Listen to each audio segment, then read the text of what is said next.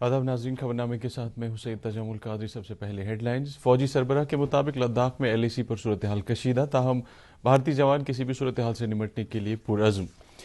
وزیر دفاع راجناتھ سنگھ کا شنگھائی تعاون تنظیم کے اجلاس سے خطاب، علاقائی امن و استحکام کے لیے اعتماد کے ماحول کو دیا لازمی قرار۔ پٹن اور پلوامہ میں فورسز اور ملیٹنٹوں کے بیچ جھڑپیں جاری، پٹن انکاؤنٹر میں 2 ملیٹنٹوں کی ہلاکت کی تصدیق۔ اور جموں کشمیر میں کورونا معاملات میں اچھال کا رجحان برقرار، آج بھی 1000 سے زائد نئے معاملات آئے سامنے۔ خبریں تفصیل کے ساتھ۔ Chief of army staff general Manoj Naravane نے کہا ہے کہ مشرقی لداخ میں حقیقی کنٹرول لائن پر صورتحال کشیدہ اور حساس بنی ہوئی ہے، تاہم انہوں نے کہا کہ سرحدوں کی نگرانی پر مامور بھارتی جوانوں کے حوصلے بلند ہیں اور وہ کسی بھی طرح کے چیلنجوں سے نمٹنے کے لیے ہمتاً تیار ہیں۔ ایک خبر رساں ایجنسی سے بات کرتے ہوئے فوج کے سربراہ نے کہا کہ موجودہ صورتحال کو دیکھتے ہوئے اپنی خود کی حفاظت کے لیے ہم نے احتیاط کے طور پر اس علاقے میں اپنی ڈپلائمنٹ بڑھا دی ہے۔ جیسا کہ پہلے ہی خبر دی جا چکی ہے کہ جنرل نروڑے نے کل لداخ میں اگلے علاقوں کا دورہ کیا، جس دوران انہوں نے وہاں تعینات افسروں اور JCOs سے بات کر کے صورتحال کا برسری موقع جائزہ لیا۔ انہوں نے یہاں تک کہا کہ بھارتی فوج کے افسر اور جوان دنیا کی ایک بہترین فورس ہے جو نہ صرف فوج بلکہ پورے ملک کا نام روشن کریں گے۔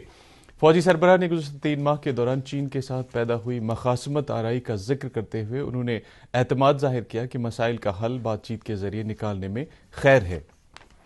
اس بیچ وزیر دفاع راجناتھ سنگھ نے کہا ہے کہ علاقائی امن و استحکام کے لیے اعتماد کا ماحول اور ایک دوسرے کے تئیں سنجیدہ فکری بے حد ضروری ہے۔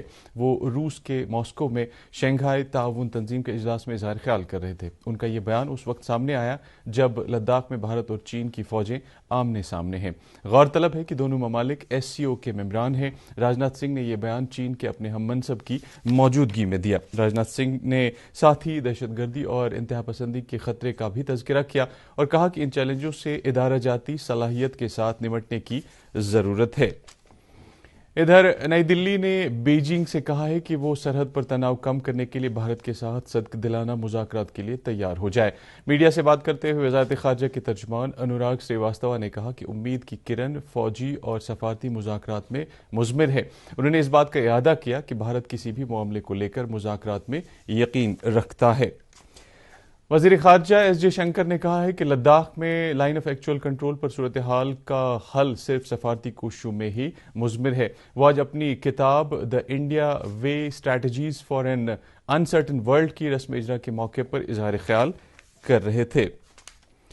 بارہمولہ ضلع کے یدی پورہ پٹن علاقے میں آج صبح ملیٹنٹوں اور حفاظتی عملے کے درمیان ہوئی جھڑپ میں 2 غیر شناخت شدہ ملیٹنٹ ہلاک جبکہ حفاظتی عملے کے 3 اہلکار جن میں ایک فوجی افسر بھی شامل ہے زخمی ہوئے ہیں۔ خبروں کے مطابق جھڑپ اس وقت شروع ہوئی جب حفاظتی عملے نے علاقے میں ملیٹنٹوں کی موجودگی سے متعلق مصدقہ اطلاع ملنے کے بعد علاقے کا محاصرہ کیا اور وہاں تلاشی کارروائی شروع کی، اور اس بیچ ملیٹنٹوں نے حفاظتی عملے پر گولیاں چلائیں۔ حفاظتی عملے نے بھاری فائرنگ کے دوران ہی ایک کمسن بچے سمیت 5 شہریوں کو بحفاظت باہر نکالا۔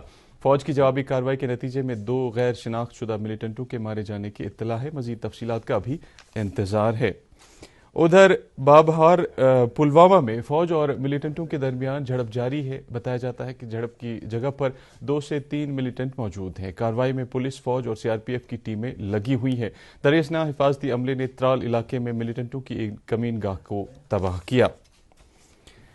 لیفٹیننٹ گورنر منوج سنہا نے آج راج بھون سری نگر میں اس سال کے وادی سے تعلق رکھنے والے سول سروسز امتحان میں کامیابی حاصل کرنے والے نوجوانوں سے ملاقات کی اور انہیں ان کی شاندار کامیابی پر مبارکباد دی۔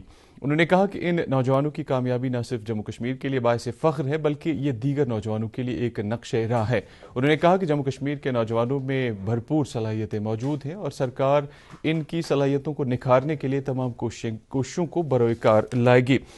اس دوران لیفٹیننٹ گورنر نے آج راج بھون سری نگر میں Jammu Kashmir administrative services officers کے لیے smart performance appraisal report recording on line window Sparrow جاری کی ہے۔ یہ IAS افسروں کی طرح ہی KS افسروں کے APR آن لائن موڈ پر درج کیے جائیں گے۔ اس اقدام سے 1289 افسروں کو فائدہ پہنچے گا۔